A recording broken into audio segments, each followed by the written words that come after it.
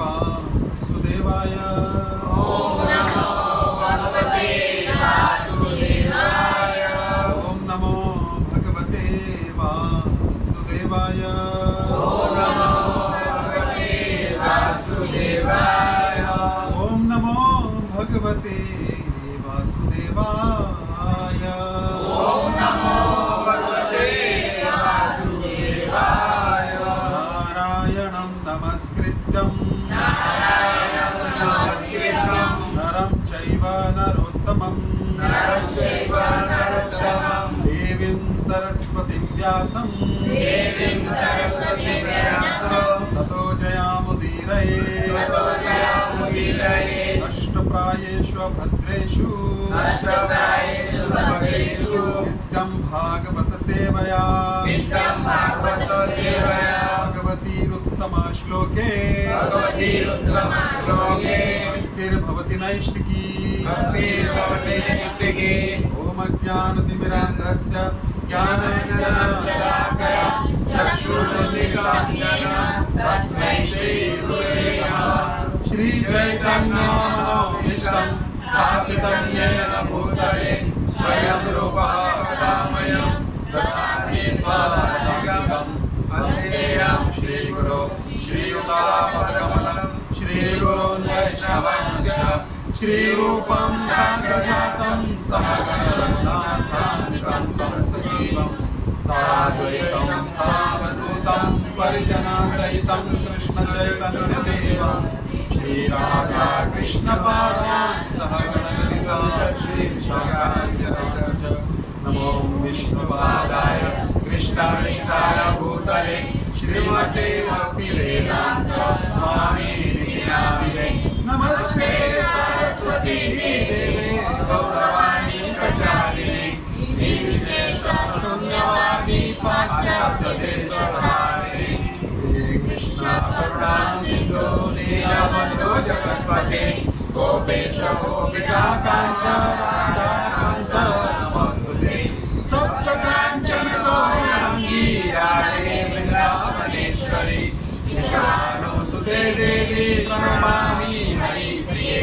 नमो महावदान्याय कृष्ण प्रेमाप्रदायते कृष्णाय कृष्ण चैतन्य नाम्ने गौरतिसे नमः। पंचतत्त्वात्मकं कृष्णं भक्तरूपस्वरूपकं भक्तावतारं भक्ताख्यं नमामि भक्तशक्तिकं। वाञ्छाकल्पतरुभ्यश्च कृपा सिन्धुभ्यैव च पतितानां पावनेभ्यो वैष्णवेभ्यो नमो नमः। जय श्री कृष्ण चैतन्य प्रभु नित्यानंद श्री अद्वैत गदाधर श्रीवासादि गौरभक्तवृन्द। हरे कृष्णा कृष्णा कृष्णा हरे हरे हरे राम राम राम हरे हरे। हरे कृष्णा कृष्णा कृष्णा हरे हरे हरे राम राम राम हरे हरे। हरे कृष्णा कृष्णा कृष्णा हरे हरे हरे राम राम राम हरे हरे। हरे कृष्ण। पीने का पानी है, इसको नाम लिखा है, चलेगा?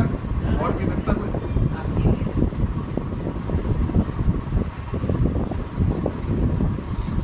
हरे कृष्णा। आप सब भक्तों का हार्दिक स्वागत करते हैं शनिवार कार्यक्रम में और विशेष धन्यवाद करते हैं श्रीमान रामायण पुराण प्रभु का, तो शायद वही लेक्चर लेते हैं, है ना? लेकिन आज वो है नहीं, तो उन्होंने हमें शाम को फ़ोन करके बताया कि प्रभु जी आज आपको लेक्चर लेना है। जोर से बोलो, आवाज़ आ रहा है? थोड़ा नज़दीक आ जाइए। तो उन्होंने आज हमें बताया कि आपको लेक्चर लेना है और उन्होंने सेवा दिया है, हम प्रयास करेंगे इस सेवा को करने का।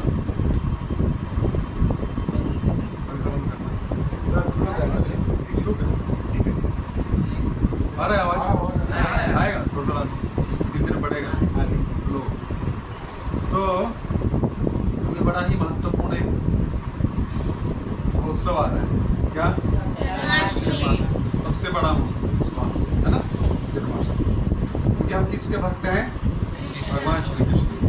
तो श्री कृष्ण की जन्माष्टमी आ गई है। तो प्रभु जी ने आदेश दिया कि आपको जन्माष्टमी पर कार्यक्रम करना है। जन्माष्टमी कथा चल रही है क्या अभी शुरू करनी है? शुरू करनी है, बहुत अच्छा। तो जन्माष्टमी भगवान श्री कृष्ण का जन्मदिन है।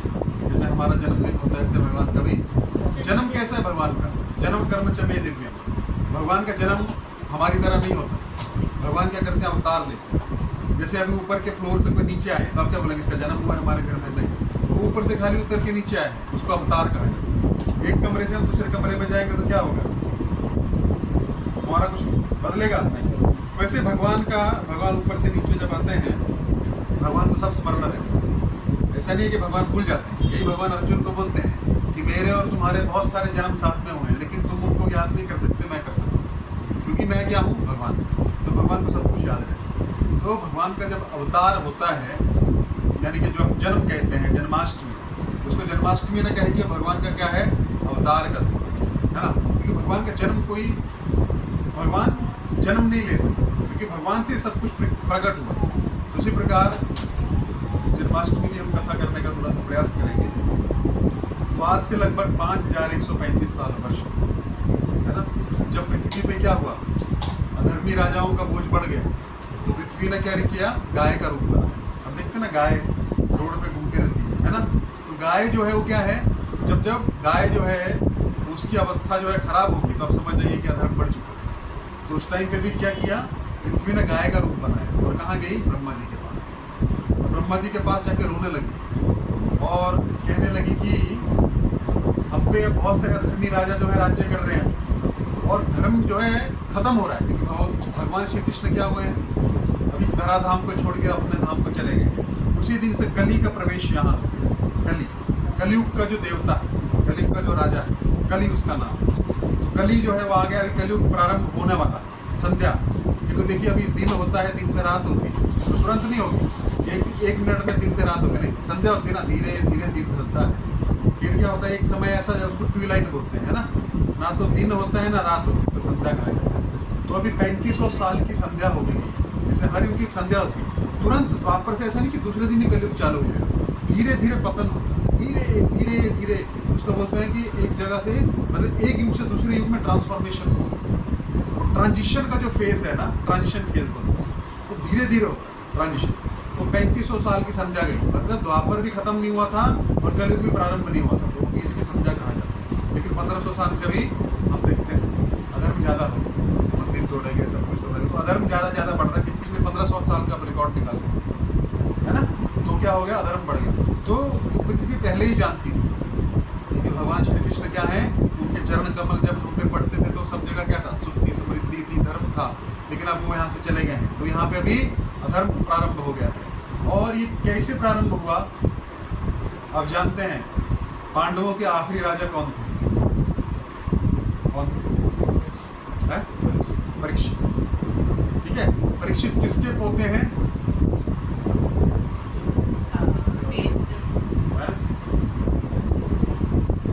परीक्षित महाराज किसके पुत्र हैं? सबसे पहले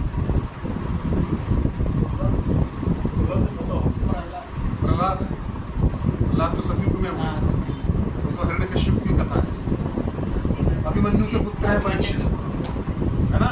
और अभिमन्यु के पिताजी कौन है? पक्का अर्जुन है ना। पोते किसके हुए? परीक्षित, अर्जुन के पोते हुए ना। तो परीक्षित महाराज जो थे वो आखिरी राजा थे, धर्म, है ना। उसके बाद भी जन्मेजय हुए, लेकिन वैसा प्रभाव नहीं था, पांडवों के आखिरी वंश। तो परीक्षित महाराज जब गर्भ में थे, है ना। और क्या हुआ? अभी भगवान श्री कृष्ण क्या कर रहे हैं? द्वारिका जा रहे हैं। क्यों जा रहे हैं? युद्ध समाप्त हो गया, दुर्योधन मर गया, 100 के 100 कौरव मर गए। अभी युधिष्ठिर महाराज को राज्य का राजा बना दिया, पूरे पृथ्वी का राजा बना दिया। अब क्या हुआ? सब कष्ट हल हो गया ना। तो भगवान क्या कर रहे हैं? द्वारिका जा रहे हैं। कुंती महारानी क्या प्रार्थना है? कुंती महारानी की प्रार्थना है ना। उसमें क्या प्रार्थना है? कि प्रभु अभी आप हमको छोड़ के जा रहे हैं, कहाँ? द्वारिका। तो हमको सुख नहीं चाहिए, हमको क्या चाहिए? दुख चाहिए। क्यों? क्योंकि दुख था तो आप यहाँ पे रहते थे, अब द्वारिका में नहीं रहते थे। आप कहाँ रहते थे? हमारे पास में रहते थे। अब हमें सुख खा गया तो आप क्या कर रहे हो? जा रहे हो। तो हमको सुख नहीं चाहिए, हमको क्या चाहिए? दुख में सुमिरन सब करे फिर उसके बाद का सुख में करे न कोई, सुख में सुमिरन करे तो दुख का है ना। तो ऐसा है, तो दुख में आपका ध्यान ज़्यादा होता है। देखिए जब आप पहले क्या करेंगे, आपको कुछ कष्ट आ रहा है तो आप एक आदमी के पास जाएंगे, उसका थोड़ा प्रयास करेंगे कि वो कुछ हेल्प करेगा, वो नहीं करेगा, तीसरे के पास। जब आपके पास कोई साधन नहीं रहता है फिर क्या करते हैं आप, द्रौपदी की तरफ क्या करते हैं। द्रौपदी ने पहले किसको देखा, पांडवों को देखा, भीम को देखा, युधिष्ठिर को देखा। आप धर्मराज हैं, युधिष्ठिर महाराज भी अपनी मुंडी चुका है, क्यों, मैं कुछ नहीं कर सकता, वचन बता। भीम को देखा जिसमें कितने हाथियों का बल है, 10,000 हाथियों का, लेकिन क्या हुआ, भीम भी अपने सिर झुका लिया। अर्जुन, गांडीवधारी अर्जुन, जिसने स्वयं पशुपति नाथ शिव जी को युद्ध में क्या किया था, संतुष्ट किया, है ना, उसने भी अपना सिर झुका लिया। नकुल सहदेव ने भी अपना सिर झुका लिया, कोई रक्षा नहीं करता। भीष्म पितामह की तरफ देखा, जो क्या है, जिनको इच्छा मृत्यु का वरदान था, उन्होंने भी अपना सिर झुका लिया। द्रोणाचार्य की तरफ देखा, उन्होंने भी सिर झुका लिया। किसकी तरफ जाए, है ना, 5 पति होने के बावजूद भी कोई उनकी मदद नहीं कर पाया। भीष्म पितामह स्वयं वहाँ बैठे हैं, द्रोणाचार्य हैं, सारे कौन है, सारे कौरव, सारे पांडव बैठे हैं, कृपाचार्य वहाँ पे, लेकिन कोई व्यास देव तो नहीं थे, लेकिन सब है वहाँ पे। लेकिन क्या हुआ, कोई सहायता नहीं कर पाया। फिर क्या किया, जब देखा वे अभी कहीं नहीं होने वाला, फिर क्या किया, हाथ उठा, है ना, किसकी तरफ, और कृष्ण ने निराश किया, क्या किया, नहीं किया ना। इसी प्रकार हम क्या करते हैं, पहले अपने एंड पे प्रॉब्लम को सॉल्व, ऐसा नहीं है कि प्रयास नहीं करना, प्रयास करना है ना, लेकिन क्या करना है, शरणागति भगवान में होनी चाहिए। जैसे प्रहलाद महाराज, है ना, शरणागति किस में है, भगवान में। तो द्रौपदी के क्या किया, भगवान ने आके साड़ी पहनाई, ठीक है। उसी प्रकार क्या बोलती है, बोलती बाहर प्रार्थना कर रही, लेकिन प्रार्थना करते करते क्या हुआ, अश्वत्थामा ने ब्रह्मास्त्र छोड़ देखा, लेकिन बोली नहीं कि कृष्ण हमारी रक्षा करो। और कितना कष्ट देंगे भगवान को, द्वारिका छोड़ के भगवान इनके पास ही रहते थे। क्या सोचते थे, अभी पांडव क्या कर रहे होंगे, भीम क्या कर रहा होगा, अर्जुन क्या कर रहा होगा, दुर्योधन ने उनको कुछ कष्ट तो नहीं दिया होगा, तो वहाँ बैठ के क्या सोचते रहते थे। लेकिन आज प्रभु हमें सुख आ गया, लेकिन वहाँ अश्वत्थामा ने क्या किया, ब्रह्मास्त्र, है ना। ब्रह्मास्त्र की विद्या द्रोणाचार्य ने अपने पुत्र को अश्वत्थामा को दी थी, भले वो योग्य नहीं थी, लेकिन उसने क्या किया, इतनी छोटी सी बात पे ब्रह्मास्त्र छोड़ दिया। और उधर उत्तरा के गर्भ में कौन है, परीक्षित। अभिमन्यु तो 16 साल की उम्र में चक्रव्यूह में मारे गए, है ना। तो उत्तरा भी देख रही है ब्रह्मास्त्र, लेकिन उसने भी प्रार्थना नहीं की। तो भगवान को तुरंत टेंशन हुआ, क्या टेंशन हुआ, ये तो प्रार्थना कर नहीं रहे और समय बहुत कम है। ब्रह्मास्त्र एक ऐसा अस्त्र होता है, पूरे संसार में वो पूरे ब्रह्मांड का नाश कर देता है। संसार का ब्रह्मांड में 14 लोग, पूरे ब्रह्मांड को तहस नहस कर देता है। भगवान तुरंत एक अंगूठे के बराबर रूप लिए चतुर्भुज रूप और गर्भ में चले गए और वहाँ पे चक्कर काटने लगे, शंख चक्र गदा पद्म। तो क्या किया, परीक्षित ने कहाँ दर्शन किया, भगवान का गर्भ के अंदर। हम में से किया है किसी ने, नहीं किया भगवान, है ना। तो साक्षात दर्शन तो नहीं हुआ ना हमें अभी तक, अनुभूति भी नहीं हुई है ना, प्रयास कर रहे हैं। लेकिन परीक्षित ने दर्शन किया, तो जब अंतर दर्शन किया तो उनके मन में क्या आया, इतना सुंदर पुरुष कौन है ये। तो इसलिए जब उनका जन्म हुआ तो बाहर अपनी आंखें ऐसे खोल के देखते थे, वो पुरुष कहाँ है जिसका मैंने दर्शन किया था गर्भ में। इसलिए उनका नाम रख दिया परीक्षा, जो परीक्षा करे, है ना। सबको परीक्षा कर रहे थे देख देख के, ये वो सुंदर पुरुष कहाँ है जिनका हम दर्शन किया, तो इसलिए उनका नाम हुआ परीक्षा। वो परीक्षित महाराज एक बार जा रहे थे, कहाँ, अपने राज्य में भ्रमण कर रहे थे। तो ये सब हो गया, पांडव चले गए, अपना पांडवों का सब अपने अपने धाम में चले गए। तो परीक्षित महाराज फिर क्या कर रहे थे, राज्य कर रहे थे, आखिरी राज्य। तो सब जगह धर्म से चल रहा था। अभी कली जो था उसका टाइम आ चुका था। एक दिन उन्होंने क्या देखा कि एक गाय, अभी ब्रह्मा जी की गाय को छोड़ दीजिए, वहाँ से हम थोड़ा यहाँ टर्न मारेंगे, ठीक है, वो अलग स्टोरी चल रही है, ठीक है, ये रिलेट करते रहिएगा, ठीक है, कथा के अंदर कथा चलती चलेगी। तो अगर समझ नहीं आए तो वहाँ मुझे रोक के कुछ नहीं, तो वो स्टोरी वहीं पर रोक देंगे। अब यहाँ पे आ जाए, यहाँ पे थोड़ा दिमाग का एक्सरसाइज होगा, है ना।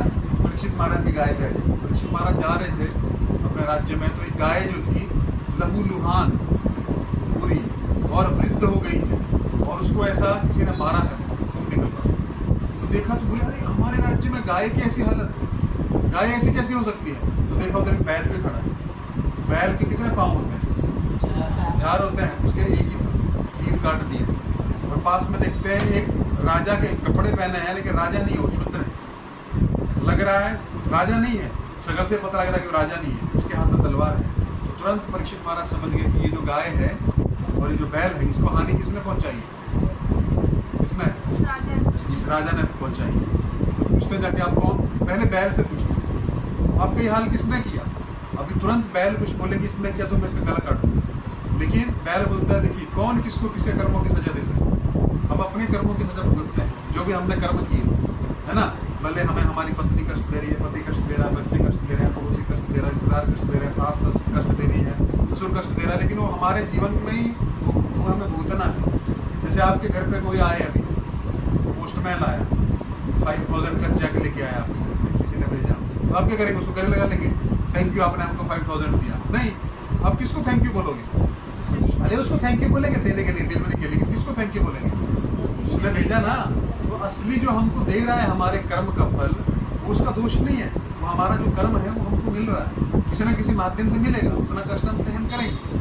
तो बैल बोलता है कि इसमें मुझे कष्ट नहीं दिया, ये तो हमारे ही कर्म है। तो जब परीक्षित महाराज समझ आते तो कर्मों का एक सिद्धांत होता है। क्या सिद्धांत है?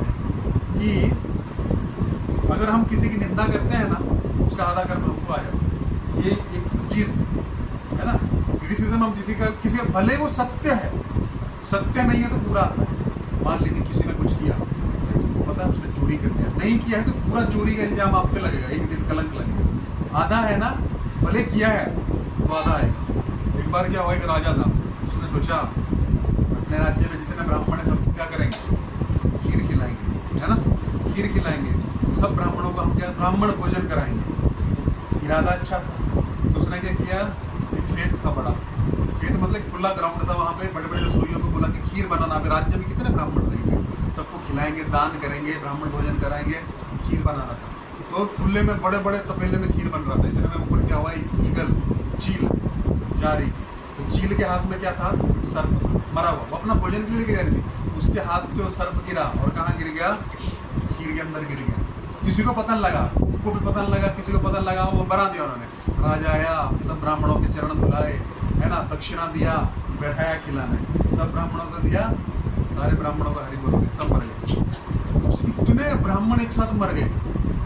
अब क्या हुआ? ब्रह्म हत्या। एक ब्राह्मण की हत्या कितनी है? भगवान रामचंद्र ने रावण को मारा तो क्या किया? रामेश्वरम का स्थान। ब्राह्मण हत्या चाहे कैसा भी हो, ब्राह्मण जो है अवध्य रहते हैं, ब्राह्मण को कोई मार नहीं सकता, ब्राह्मण को मृत्युदंड नहीं होता। कोई राजा का मृत्युदंड देगा सब कुछ समाप्त हो जाएगा, उसका अलग दंड होता है ना। इसलिए युधिष्ठिर महाराज से एक बार पूछा, और दुर्योधन से भी पूछा, एक आदमी ने हत्या किया है, बताओ क्या दंड दोगे? तो दुर्योधन बोलता मृत्युदंड का, मृत्यु ने हत्या किया है ना, मृत्युदंड। युधिष्ठिर महाराज से पूछा, पहले मैं जानना चाहूंगा वो व्यक्ति है ब्राह्मण है, क्षत्रिय है, वैश्य है, क्षत्रिय। ब्राह्मण को अपमानित कर दोगे ना, वो मर गए। क्षत्रिय को आप देखो, ब्राह्मण को सम्मान से कंट्रोल कर सकते हैं आप, धन से कंट्रोल नहीं होगा। उसको सम्मान दोगे, आपको आशीर्वाद। ब्राह्मण को रिस्पेक्ट देना है, क्षत्रिय को बल से कंट्रोल कर सकते हैं, और वैश्य को धन से, और शूद्र को ताड़ना से। ये स्वभाव हो। तो युधिष्ठिर महाराज बोले मैं जानना चाहता हूँ व्यक्ति है कौन। ब्राह्मण है तो उसका मृत्युदंड नहीं दे सकते, उसको अलग तरह से दंड होता है ना। ब्राह्मण पे किसी का अधिकार नहीं होता। तो ब्राह्मण मर गए, है ना। इसी प्रकार भगवान राम ने क्या किया, जब रावण को मारा, भले असुर था लेकिन वो किसका पुत्र था? किसका पुत्र था?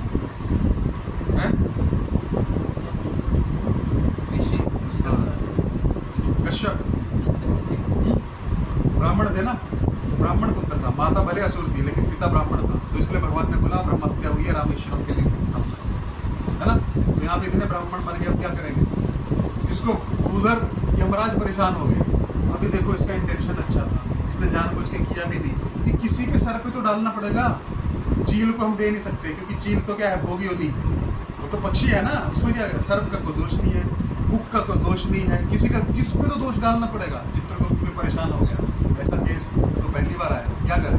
इतने में एक व्यक्ति था उस राज्य में, अरे तुमको पता है हमारा राजा कैसा है, उसने इतने ब्राह्मणों की हत्या कर दी। बोला इसके सर पर डाल, सारा का सारा ब्रह्म हत्या उसके सर पर डाल दिया।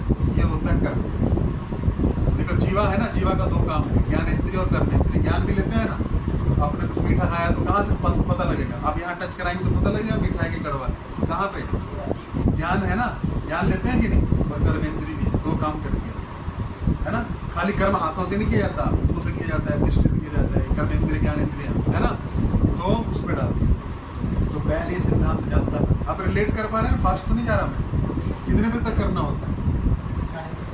9:30 तक, तब तक तो काफी करना। फास्ट लग रहा है तो बोल दीजिए, तो बहुत कुछ करना है ना, चलेगा? नहीं समझेगा तो बाद में प्रश्न करेंगे। तो क्या हुआ, बैल ये सिद्धांत जानता था, अगर मैं बोलूंगा ना तो इसका आधा कर्म मेरे को आ जाएगा, इसने बोला। तो परीक्षित महाराज समझ गए कि ये जो है ये बैल कौन है, धर्म है, और ये जो पृथ्वी कौन की गाय कौन है, तो अभी अधर्मी राजाओं का राज्य हो गया है। तो उसके 4 पग थे, तो धर्म के 4 पग, धर्म है ना, क्या क्या होता है, हम 4 नियम पालन करते हैं इस्कॉन में, सुना है आपने 4 नियम? इस्कॉन में कितने नियम है? 4 हैं, पक्का? कौन कौन सा है? मांसाहार न करना, जुआ न खेलना, नशा न करना, और व्याभिचार न करना, पर स्त्री पर पुरुष गमन न करना। हाँ ठीक है, तो 4 सिद्धांत, 4 हैं नियम, ये 4 धर्म के स्तंभों में स्थापित हैं। जैसे ये बिल्डिंग है ना, जैसे कमरा है, जो स्तंभ है ना इसमें, धर्म जो है 4 स्तंभों पे रहता है। 4 स्तंभ कौन से? सबसे पहले तो ये आप लिख लीजिएगा, है ना। तो पहला नियम बताइए कौन सा है इस्कॉन का? बताया ना भी आप, नशा नहीं करना। नशे में क्या क्या, बीड़ी, सिगरेट, शराब और नहीं, नशे क्या, और विमल नहीं खाना है ना, विमल नहीं खाना, बाकी दूसरे ब्रांड का खा सकता है, विमल नहीं खाना। जाना है लेकिन दमन जाना है लेकिन हाँ, दमन से आ रहे हैं हम लोग, दमन में 4 नियम चलता है ना। तो क्या है, विमल नहीं खाना, और पान पराग खा सकते हैं, और क्या होता है, युवा केसरी वाला कौन सा है, विमल ही है? तो वो नहीं खाना है, ठीक है।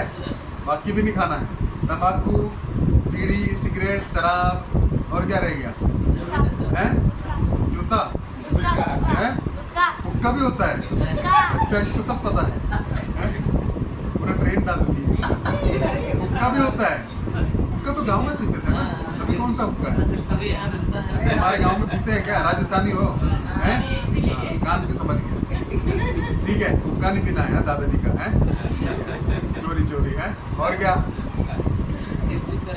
है, किसी भी तरह का नशा, जैसे कि कुछ भी हो सकता है। चाय कॉफी भी नहीं। चाय में क्या होता है, टी में निकोटिन हो, ठीक है। हम साइंस स्टूडेंट हैं, हमने किया था टेस्ट, निकोटिन की मात्रा होती है, इसलिए तलब होती है, सुबह सुबह उठते तो आँख खुलती नहीं है, फिर लगाते हैं तो प्रेशर जाता है, अच्छा है ना, होता है ना। हमने जब चाय छोड़ी थी आज से 20-21 साल पहले, तो मेरी तो आँख ही नहीं खुलती थी, कई दिन फिर दूध पी के उसमें बॉर्नविटा डाल के पीते थे, आदत हो जाती है ना। फिर क्या है, कॉफी भी नहीं पीनी, कॉफी में क्या होता है, कैफीन। तो ये सब मतलब हमको आदी नहीं बनना किसी चीज़ का, है ना। हुक्का, बीड़ी, विमल जो भी है ना। बीड़ी में कौन सी है, ब्रांड है, 10 नंबर है, ऐसा होता है ना, चोला तो कोई भी नहीं पीनी है, ठीक है, खाली विमल नहीं। तो ये होगा नशा। जो आदमी नशा करता है ना, वो आदमी तपस्या नहीं कर सकता। तप पहला धर्म का स्तंभ है, तप, ठीक है। तपस्या नहीं कर पाएगा।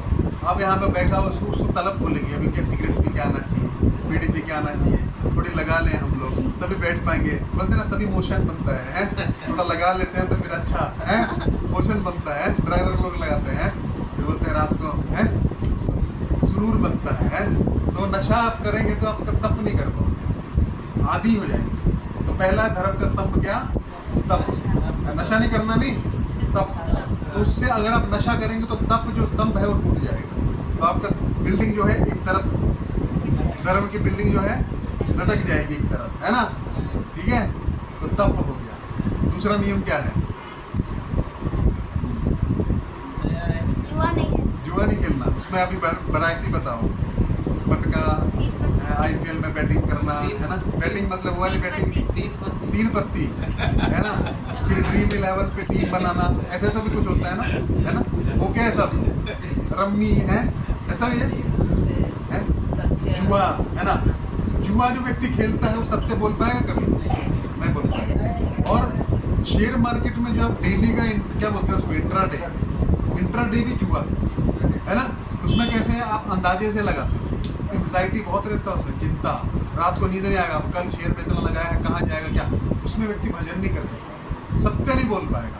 जैसे प्रभु जी बोलेंगे, हाँ प्रभु आए नहीं आप, हाँ प्रभु थोड़ा काम में फंस गया था, काम क्या था, वो एंग्जाइटी चल रहा है, एंग्जाइटी अटैक्स आते हैं उससे, चिंता हो जाती है ना। अभी 10 रुपये लगाया है, 100 होगा कि नहीं होगा, कि 10 में डूब जाएगा। तो ये सब जुए के अंडर में आता है। तो आदमी कभी सत्य नहीं बोल सकता। या कुछ ऐसा बिजनेस करना जिसमें लोगों को बेवकूफ़ बनाना, गेम खेल के पैसा कमाना, वेरी गुड। बहुत सारी वैरायटी हो गई अभी जुए की, है ना। आप तो नहीं खेलते ना, नहीं खेलना। उसमें क्या हो गया, दूसरा धर्म का स्तंभ क्या है, सत्य। तो जुआ खेलने से जुए के अंदर बहुत सारी वैरायटी आया, है ना। फॉर मोर इन्फॉर्मेशन कॉन्टैक्ट, क्या नाम है आपका, भानु, वेरी गुड, सूर्य हो, है ना। तो इससे ज़्यादा, है ना, ये बताएंगे आपको, तो आप फंसेंगे उसमें, ठीक है। तो जो व्यक्ति जुआ खेलता हो कभी भी सत्य नहीं बोल सकता। 2 हो गए। तीसरा दया, सीधी सी बात है, मांसाहार करना। जो व्यक्ति मांसाहार करेगा, मांसाहार में हम किसी का बच्चे को काट कर खा रहे हैं, किसके लिए, सिर्फ जीवा का स्वाद है। इसके बाद पता लगता है, आप सूखी रोटी खाओ, मटर पनीर खाओ, पता लगता है इसके बाद मैं आपको 10 रोटी सूखी खिला दूंगा, कि बाद में आपके लिए 5 स्टार का खाना लगना, आप खा पाओगे? अब बोलोगे अभी नहीं, अभी उल्टी हो जाएगी। अंदर जब जाते हैं संतुष्टि से भी हो, है ना। तो मांसाहार जो व्यक्ति करता है कभी भी दया नहीं कर सकता। हम दया की बात कर सकते हैं, बड़ा बड़ा लेक्चर दे सकते हैं, कैसी दया नहीं। वो किसी का पुत्र था, किसी की पुत्री थी, किसी का बाप था, किसी की माँ थी, हमने उसको काट के केवल जीवा के स्वाद के लिए खा लिया। हम वहाँ पे दया नहीं देख रहे हैं। हम बर्गर खाया और बाद में लेक्चर देने गए बरसी पे, लेकिन क्या है, हम बर्गर में गाय का मांस। तो जो व्यक्ति मांसाहार करता है क्या है, दया नहीं कर सकते। तीसरा स्तंभ भी टूट गया है। और क्या है, और क्या नहीं खाना चाहिए, लहसुन प्याज ना है, पक्का। क्यों नहीं खाना चाहिए लहसुन, स्मेल आती है, इसलिए नहीं खाना चाहिए। अच्छा है, तमोगुणी है। क्यों तमोगुणी है, कहाँ से उसकी उत्पत्ति हुई है? राहु एक ही था, ठीक है। वो धड़ केतु हो गया, सर राहु हो गया। जब वो बैठ गया और काटा तो क्या हुआ, उसकी खून की बूंदें जहाँ जहाँ गिरी, अमृत इतना गया था, तब तक भगवान ने काट दिया। तो जहाँ जहाँ बूंद गिर गई वहाँ वहाँ लहसुन प्याज की उत्पत्ति। और तमोगुण में मतलब खाते हैं लोग, ब्राह्मण भी खाते हैं, सब खाते हैं, लेकिन मांसाहार से तो कम है। और एक बार एक राजा था, उसको गाय का मांस खाने की इच्छा हुई, लेकिन साक्षात खा नहीं सकता। उसने किसी को बुलाया, गाय कटवाई और उसका मांस खाया। अब उसका खुर देखा अपने गाय का, खुर समझते हैं आप, पैर जो होते हैं उसमें देखिए अंदर ना, बाहर उसका सफ़ेद सफ़ेद होता है, नाखून जैसा जो रहता है, अंदर होता है। उसको एक जगह पे दबा दिया, कुछ दिनों के बाद वहाँ से लहसुन प्याज की उत्पत्ति। तो ऐसा बोला जाता है कि लहसुन प्याज खाना मतलब गौ मांस खाने के बराबर भी माना जाता है, किसी किसी शास्त्र में ऐसा बताया। तो लहसुन प्याज नहीं खाना चाहिए, क्योंकि उसका भोग भगवान को नहीं सकता। हमने कंठी में लिया है तो कंठी में हम नियम लेते हैं कि हम जो भी खाएंगे वो क्या खाएंगे, इस कंठ से जो भी उतरेगा वो भगवान का प्रसाद होगा। अब भगवान हमारे खाते ही नहीं है तो हम कैसे खा सकते, ये भी ठीक है। तो पूरा मत मानिएगा, ठीक है। तो कितने हो गए, 3 हो गए, चौथा रह गया व्याभिचार। जो व्याभिचार रहेगा तो शौच, शौच मतलब पवित्र।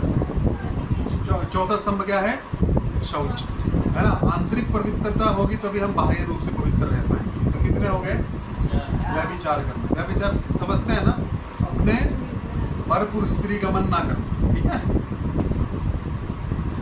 और शौच, चौथा क्या है, शौच। कितने हो गए अभी, एक को गिन के बताइए। 4 हो गए, उसने 3 काटे थे, बचा कौन था, बचा था सत्य। आप बोलेंगे अरे हमको तो सब झूठ बोलने वाले ही मिलते हैं। सत्य का अर्थ है परम सत्य। भगवान श्री कृष्ण की कथाएं जो है परम सत्य, है ना। ये परम सत्य जो कथा है, इसका जो श्रवण करता है वो बच जाएगा, ठीक है। बाकी दया किसी में नहीं आज। अब देखो, अब लोगों में दया धीरे धीरे खत्म हो रही कि नहीं हो रही। आदमी सामने मर जाएगा पूछता नहीं, जेन्युइन, क्योंकि क्या है, असत्य इतना हो गया है, लोगों ने लोगों को बेवकूफ़ इतना बनाया है ना, हेल्प के नाम पे, कि अभी लोगों को विश्वास नहीं रहा है। तो इसलिए क्या हो गया, सत्य बचा। तो परीक्षित महाराज जैसे उसको मारने लगे, उन्होंने एक देखा, कलयुग के अंदर एक महान गुण है, क्या, भगवान की प्राप्ति सतयुग में है। कितनी उम्र होती थी, 1 लाख साल, है ना। त्रेता में कितनी होगी, 10,000, है ना। द्वापर में कितनी होगी, 1,000। अभी कितनी है, 100। लेकिन 100 जीतता है कोई, 100 कोई बिरला तिरला आदमी होगा जो जिएगा। तो उम्र आयु कम होती जा रही है। लास्ट में कलयुग में वर्णन आता है श्रीमद् भागवतम के 12वें स्कंद में, व्यक्ति की आयु केवल 8 साल हो जाएगी। 8 साल में वो पैदा होगा, शादी भी, पढ़ भी लिख भी लेगा, शादी भी हो जाएगी, बच्चे भी हो जाएंगे, हाँ, और आकार कितना हो जाएगा, बूढ़े के बराबर। तब कल की आएगी। अभी हमारा आकार बड़ा है ना, अब देखिए आपके दादाजी लंबे चौड़े हैं, है ना, फिर धीरे धीरे कम हुए। अभी कौन सी क्लास में हो? 7th में हो। आप कौन सी? 5th में? 7th में। हमारे जमाने में 10th में आदमी आता तो दाढ़ी मूछ आ जाए। मतलब हमारे जमाने नहीं, हमारे पिताजी के जमाने ठीक ठाक हट्टा कट्टा आदमी होता 16 साल में, है ना। अभी क्या है, पढ़ के निकल भी जाते तो बेटे कौन सी क्लास में बेटा? अरे ग्रेजुएशन हो गई, है ना। ऐसे छोटे छोटे नाटे, दाढ़ी मूछ भी नहीं आती है ना। तो क्या हो रहा है, उम्र कम नहीं हो रही है, कलयुग का प्रभाव चल रहा है। लड़कियों की हाइट देखिए, छोटी छोटी हाइट की लड़कियां कॉलेज जाती है ना। पहले 16 साल में लड़कियां मतलब ठीक ठाक हो जाती हैं। क्यों हो रहा है? खान पान वैसा है। हम क्या खाते हैं? अभी खाने के नाम पे पहले 3 टाइम अच्छे से खाते थे गाँव में, भूख भी लगती थी, हवा ताजी रहती थी। अभी क्या है, थोड़ा सा एक सैंडविच खा लिया, डिनर हो गया। सुबह उठे, नाश्ते के नाम पे थोड़ा फरसान खा लिया, हो गया, है ना। लेकिन पहले खाते भी थे। और अन्न में प्राण हो, देखिए हमारा जो शरीर है वो प्राण से चलता है ना। तो प्राण कहाँ से आता है? अन्न से आता है। तो ये जो अग्नि होती है, अग्नि के अंदर प्राण होता है। लकड़ी में सबसे ज़्यादा प्राण है। लकड़ी से जो अन्न बनेगा उसमें प्राण आता है। उससे कम अभी तो हम LPG की गैस यूज़ करते हैं, उसमें कोई प्राण नहीं है। प्राण क्या देंगे उसमें? और क्या है, खाद इतना डाला है। पहले कैंसर नहीं होता था, अमेरिका में सबसे ज़्यादा कैंसर होता है, इंडिया में भी चालू हो गया। क्यों? कीटनाशक हम खा रहे हैं। जो भी हम खा रहे हैं उसमें क्या खा रहे हैं? केमिकल्स खा रहे हैं कि नहीं खा रहे? पेस्टिसाइड्स, इंसेक्टिसाइड्स, क्या क्या है, कहाँ जा रहा है वो सारा? फसल में हमारा, उसके अंदर क्या हम खा रहे हैं, उससे कैंसर, अन्य बीमारियाँ हो रही है। इसलिए उम्र कम होती है। ठीक है, हाँ, भट्टी पे बनाते थे, हाँ, उसमें आग रहता था ना, तो आग में, लकड़ी में सबसे ज़्यादा प्राण रहता है, कोयले में खास, उसमें बनता था। अभी क्या है, गैस जलाया, ओवन में, बिजली में क्या प्राण रहेगा, है ना। तो उसमें ओवन में गर्म करते हैं, वही फूड 3-4 दिन खा रहे हैं फ्रिज में रख के, उसका प्राण खत्म हो जाता है। आपने कुकिंग किया ना, ऐसा बोले 3-4 घंटे के अंदर उसका असर खत्म हो जाता है, उसका न्यूट्रिएंट्स वैल्यू जो है सब कुछ गिर जाता है। इसलिए हमको जल्दी कंज्यूम कर लेना चाहिए। क्या करना चाहिए? पौष्टिक खाना चाहिए, है ना। जैसे हम कुछ बैलेंस नहीं है। अभी पहले गांव में क्या खाते थे? रोटला ना, है, रोटला बनाते हो घर में, जवारी का, बाजरे का। अभी वो तो सुनने में भी नहीं आता है, खाली गेहूँ खाते हैं। तो उसमें क्या हो गया, शरीर में प्राण ही नहीं रहेगा। प्राण कहाँ से रहेगा? ये सब लक्षण है कलयुग के। कम होता, सब कुछ खत्म हो गया, नेचुरल रिसोर्सेज खत्म हो गए। तो ये तो क्या देखा उन्होंने, इसमें महान जो लाखों साल तपस्या करके भी नहीं मिलता है, क्या मिल जाएगा? केवल हरिनाम से मिल जाएगा। क्या? हरे कृष्णा कृष्णा कृष्णा हरे हरे, हरे राम राम राम हरे हरे। इसलिए उसको छोड़ क्या किया? इसको छोड़ दिया है? किसको छोड़ दिया बताइए? शूद्र को। क्या नाम था उसका? कलयुग में याददाश्त बहुत कमजोर हो जाएगी। हाँ, राजा का नाम क्या था? अभी बताया, परीक्षित महाराज के जो सामने था। कौन था वो? हैं? देखिए, भूल गए। इसलिए नाम लिख लेना चाहिए। एक मैनेजमेंट में कहावत है, your fade pencil is better than your sharp memory, है ना। कली, है ना। जिस युग में हम रहते हैं, इतना सुंदर युग है, ग्लोरियस है। कली को छोड़ दिया, मारा नहीं, चाहते तो मार सकते। अब कली बोलता है मुझे 4 स्थान दो, 4 स्थान नहीं दो, मुझे स्थान दो। तो बोले कि हमारे राज्य में तो कोई स्थान नहीं है। तो नहीं, आपको देना पड़ेगा, हम आपकी प्रजा हैं, अभी हमारा भी राज्य आने वाला है आगे, तो हम तो जीवित तो रहेंगे। तो बोले ठीक है, मैं तुमको 4 स्थान देता हूँ। क्या? जो अभी गिना है। कौन सा? जहाँ बिंदल खाते हैं, है ना। और कौन सा है? जहाँ पे मांसाहार होता है पहला, जहाँ पे व्याभिचार होता है दूसरा, जहाँ पे नशा करते हैं तीसरा, जहाँ पे जुआ खेलते हैं चौथा। 4 स्थान दे दिए। तो कली बोलते 4 स्थान तो है ही नहीं आपके राज्य में। मतलब आप इनडायरेक्टली ऐसा बोल रहे हो कि भाई अब रहो मत हमारे राज्य में। तो परीक्षित महाराज सोचने लगे कि सही बोल रहे हैं, हमारे इसमें तो होता ही नहीं है ऐसा कुछ भी। तो बोले ठीक है, 5वां स्थान देता हूँ जहाँ पे ब्लैक मनी, मतलब उस टाइम ब्लैक मनी नहीं होती थी, ठीक है। और ना तो स्विट्जरलैंड था कि भाई स्विस बैंक में डाल दें, तो वहाँ ब्लैक मनी तो सोने के, सोना जहाँ पे बहुत सारा सोना एकत्रित करके रखा जाएगा। तो जहाँ पे सोना होगा वहाँ, तो अभी सोना किसने पहना था? परीक्षित महाराज ने पहना था। अपने सर पे क्या पहना था? मुकुट पहना था ना, उनके सर पे बैठ गया जब, ठीक है, उनको पता नहीं लगा। तो परीक्षित महाराज गए आगे, शिकार खेलते खेलते उनको प्यास लगी। प्यास लगी तो क्या हुआ, एक ऋषि का आश्रम दिखा, वहाँ पे गए तो दिखा ऋषि जो है शमीक ऋषि बैठे थे तपस्या में भी। उन्होंने बोला हम राजा हैं, परीक्षित महाराज पूरे संसार के राजा हैं, अहंकार आगे उनके सर पे बैठा है ना, हमें पानी दो। तो तपस्या में इतने लीन थे कि उन्होंने सुना ही, तो 2-4 बार बोला, उनको बहुत क्रोध आया, अरे हमें नहीं देता पानी। वहाँ पे एक मरा सांप मरा हुआ था, ठीक है, बड़ा हुआ था। उन्होंने अपने बाण से उठाया, उसके शमीक ऋषि के गले में डाल दिया। शमीक ऋषि को तभी पता नहीं लगा, तो उनके ध्यान में लीन है। सुबह में क्या हुआ, वहाँ पे कुछ बालक खेल रहे थे, उन्होंने देखा रहे हमारे गुरुजी के सर पे, मतलब गले में डाल दिया। तो आश्रम था ना उसमें, गुरुकुल था, तो वो शमीक ऋषि का पुत्र था, उसका नाम था श्रृंगी। श्रृंगी ने क्या, वो गए, श्रृंगी गया ना स्नान करने, नदी में स्नान करने गए। इतने में कुछ बालक भाग के गए और श्रृंगी को बोला, अरे श्रृंगी पता है एक राजा ने आके तुम्हारे पिता के गले में मरा हुआ सर्प डाल दिया। श्रृंगी को बहुत क्रोध आया। कितनी उम्र है श्रृंगी? 5 साल। 5 साल का है श्रृंगी, ब्राह्मण, बल है उसका, ब्राह्मण में बहुत बल होता है, ऐसे नहीं हो दिखते ऐसे हैं, वो अपने बल का प्रयोग नहीं करते, उनके पास इतना बल है पूरे ब्रह्मांड को नाश कर देंगे, ऐसा है ना। विश्वामित्र के पास बहुत बल था, लेकिन क्षत्रिय का धर्म है ब्राह्मण की रक्षा करना और प्रजा की रक्षा करना, इसलिए किसको लेके गए? राम और लक्ष्मण। विश्वामित्र चाहते तो एक श्राप में खत्म कर देते सब, लेकिन क्षत्रिय का जो जिसका जैसा जैसा कर्तव्य रहता है वैसा पालन करना। ब्राह्मणों का कर्तव्य असुरों का नाश करना नहीं है, भले ही उनमें बल है।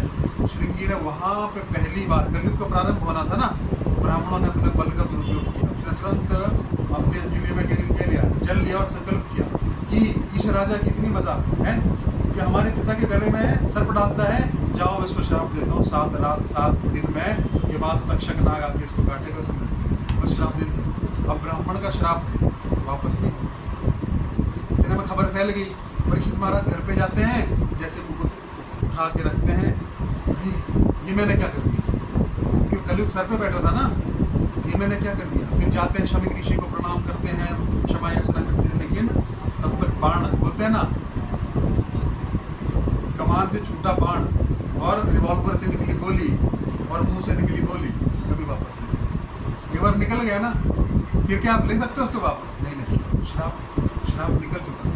तो शमीक ऋषि बोले कि अभी वो जो श्राप वो दिया है, वो ब्राह्मण को श्राप तो लगे, है ना। तो उसको बहुत डांटे भी श्रृंगी को शमीक ऋषि, लेकिन अब क्या करना था। तो प्रभुपाद जी वहाँ पे लिखते हैं कि वो that was the beginning of, क्या बोलते हैं, फॉल डाउन ऑफ ब्राह्मण। वहाँ से ब्राह्मणों का पतन चालू। अब ब्राह्मणों में कोई बल ही नहीं है ना, विमल खाते हैं फिर पूजा करते हैं, है ना, लहसुन प्याज खाएंगे फिर पूजा, तो कोई बल नहीं, उनके आशीर्वाद में भी कोई बल नहीं। वो आशीर्वाद भी देंगे ना, तो ऐसा क्या बल रहेगा उस आशीर्वाद में, है ना। आपके पास एक बुलेट है, बुलेट समझते हो, गोली, और बुलेट वाली नहीं, ठीक है, बुलेट, तो उसमें अब मैं ऐसे मारूँ उसको तो मरेगा वो, है। उसमें बल कैसे आएगा? जब उसको रिवॉल्वर के अंदर डालेंगे फिर, है ना। तो बल ही नहीं, वो आशीर्वाद दे रहा है, क्या बल है उसके अंदर? कुछ साधना का बल ही नहीं है। जिन्हें वो पहना है, लेकिन पता ही नहीं है गायत्री क्या होती है, 3 टाइम गायत्री क्या होता है, 3 टाइम स्नान करना चाहिए, 3 टाइम गायत्री करना चाहिए। अभी हम जो दान खाते हैं, है ना, मैं पर भी बात कर रहा हूँ, तो दान हम पचा नहीं सकते हैं। दान इतना बड़ा बोझ होता है, ब्राह्मण को दान नहीं लेना चाहिए जब तक वो पचा नहीं ले। तो उनके अंदर अगर वो नहीं पचाने की क्षमता है ना, वही दान उनके कुलों का कुल नाश कर देता है ना। ऐसा कहा जाता है, मनुस्मृति में लिखा गया, एक ब्राह्मण अगर दान लेता है और पचाने की क्षमता नहीं है, तो वही धन जो है ना 2.5 पीढ़ी में उसका नाश हो जाएगा।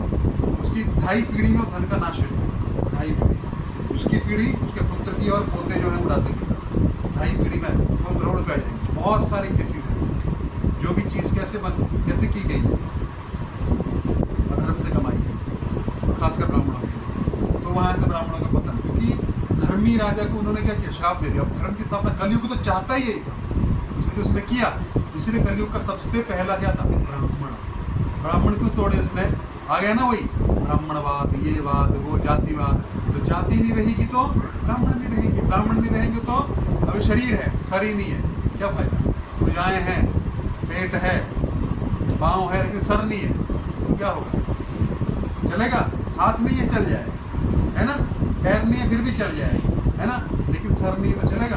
तो सर है ब्राह्मण, वो क्या करता है, सोसाइटी को गाइड करता है। तो इसलिए क्या हुआ, वहाँ से चालू होता है ना, बोर तो नहीं हो गए हैं, थक गए, इतना है चालू रखे हैं, तो क्या हो गया वहाँ से पता, फिर आपको पता है उसके द्वारा। अच्छा, अभी श्रृंगी के मुंह से तक्षक क्यों निकला, तक्षक क्यों निकला, है ना। अभी हम कृष्ण कथा पे आए नहीं हो, ब्रह्मा जी के पास गाय को रोक के रखा है, अभी इधर थोड़ा बना रहे हैं, ठीक है। अभी देखो आज होगा कि तो रामायण में आपको सुनाएंगे। तो तक्षक जो है, तक्षक ही क्यों निकला, कोई और सर्प भी तो बोल सकता था वो, है ना, या कुछ और श्राप दे सकता था, हार्ट अटैक से मृत्यु हो जाएगी, तो तक्षक क्यों बना, उसके डंक तो बासुरी का भी खतरनाक है, क्यों बोला। इसके पीछे आप बैकग्राउंड में जाइए।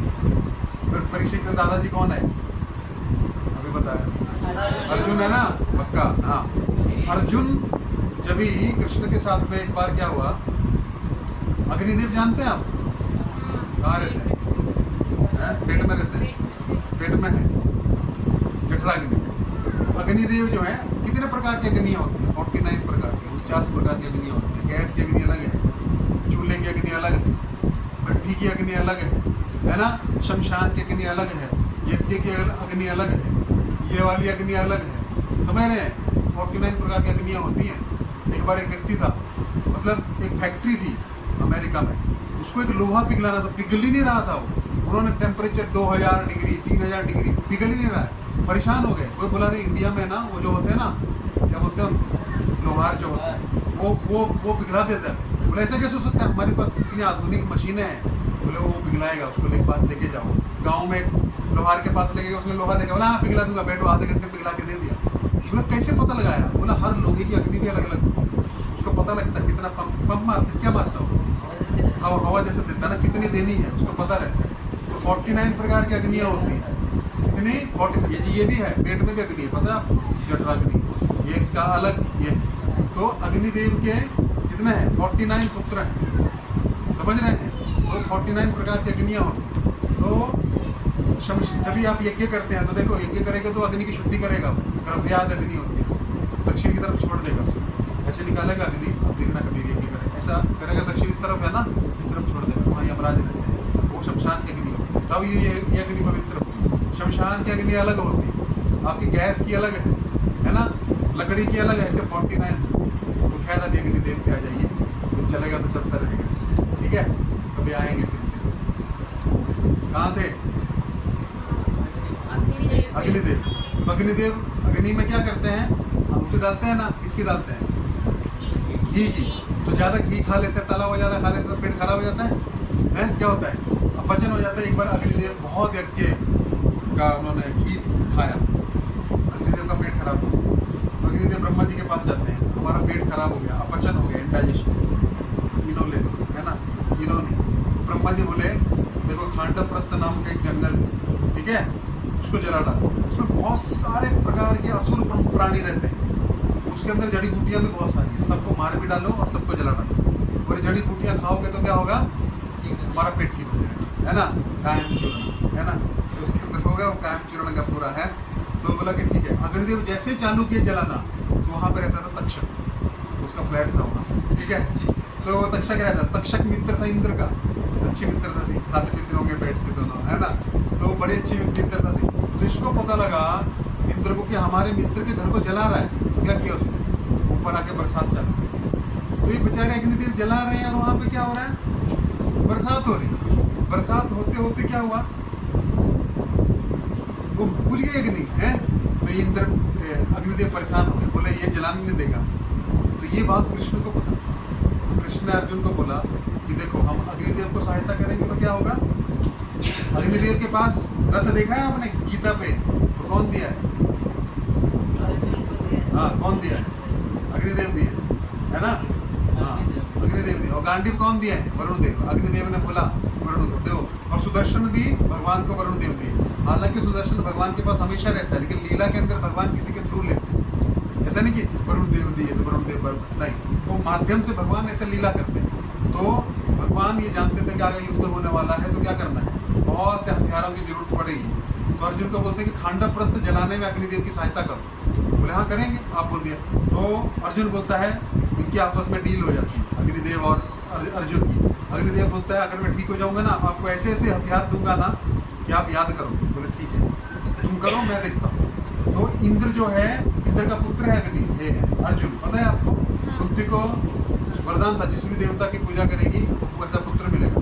तो युधिष्ठिर महाराज धर्मराज के पुत्र है, भीम जो है वायुदेव का पुत्र है, अर्जुन जो है इंद्र का पुत्र है, नकुल सहदेव अश्विनी कुमार उनके पुत्र। ठीक है, तो कथा कभी बताएंगे महाभारत क्यों हुआ वैसे। तो फिर क्या हुआ, यहाँ चालू हुआ, जलाना चालू किया, वहाँ इंद्र फिर आ गया, वर्षा करने लगा करते करते करते क्या हुआ, ये अर्जुन ने एक बाण छोड़ा, पूरा छत बना दिया। तो अभी पानी नीचे नहीं गिर रहा है, ठीक है, रूफ बना दिया। तो फिर बहुत लड़ाई चली। इंद्र ने एक ऐसा बाण मारा, अर्जुन मूर्छित हो गया।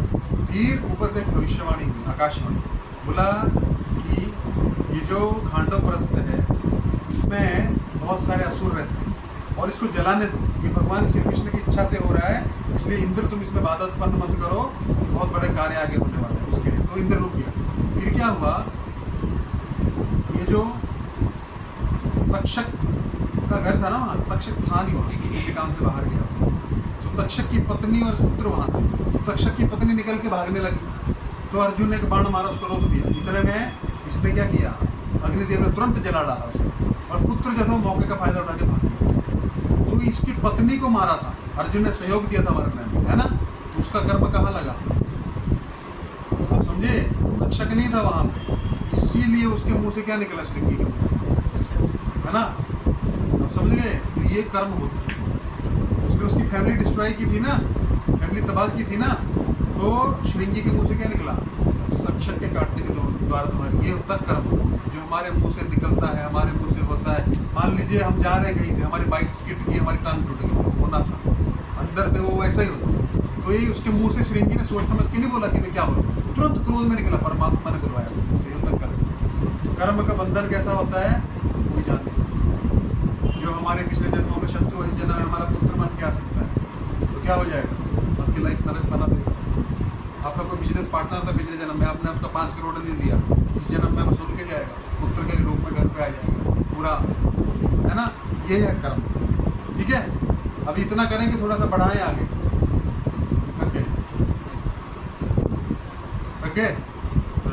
सच सच बोलिए। तो ये हो गए 4 नियम हो गए। फिर थोड़ा सा भूमिका बांधी, है ना, तक्षक और ये, है ना। तो अभी आ जाइए फिर से थोड़ा सा खत्म कर देते हैं, खाली 5 मिनट लगेंगे, 5 मिनट हमारा सिलेबस खत्म हो जाएगा। तो क्या है, पृथ्वी गई ब्रह्मा जी के पास, अब फिर से आइए उस स्टोरी में, है ना। पृथ्वी कहाँ गई, ब्रह्मा जी के पास गई। तो ब्रह्मा जी ने बोला चलो अभी कुछ ना कुछ होने वाला है, हम कहाँ जाएंगे, भगवान के पास जाएंगे। कौन से भगवान के पास, क्षीर सागर में भगवान शयन करते हैं, उनके पास हम जाके प्रार्थना करेंगे। तो गए और प्रार्थना किया, और क्या किया, क्षीर सागर में, क्षीर समझते हैं आप, क्या होता है क्षीर, दूध के सागर में भगवान शयन करते। तो भगवान उनका पुरुषुक्त नामक एक, पुरुषुक्त जानते हैं,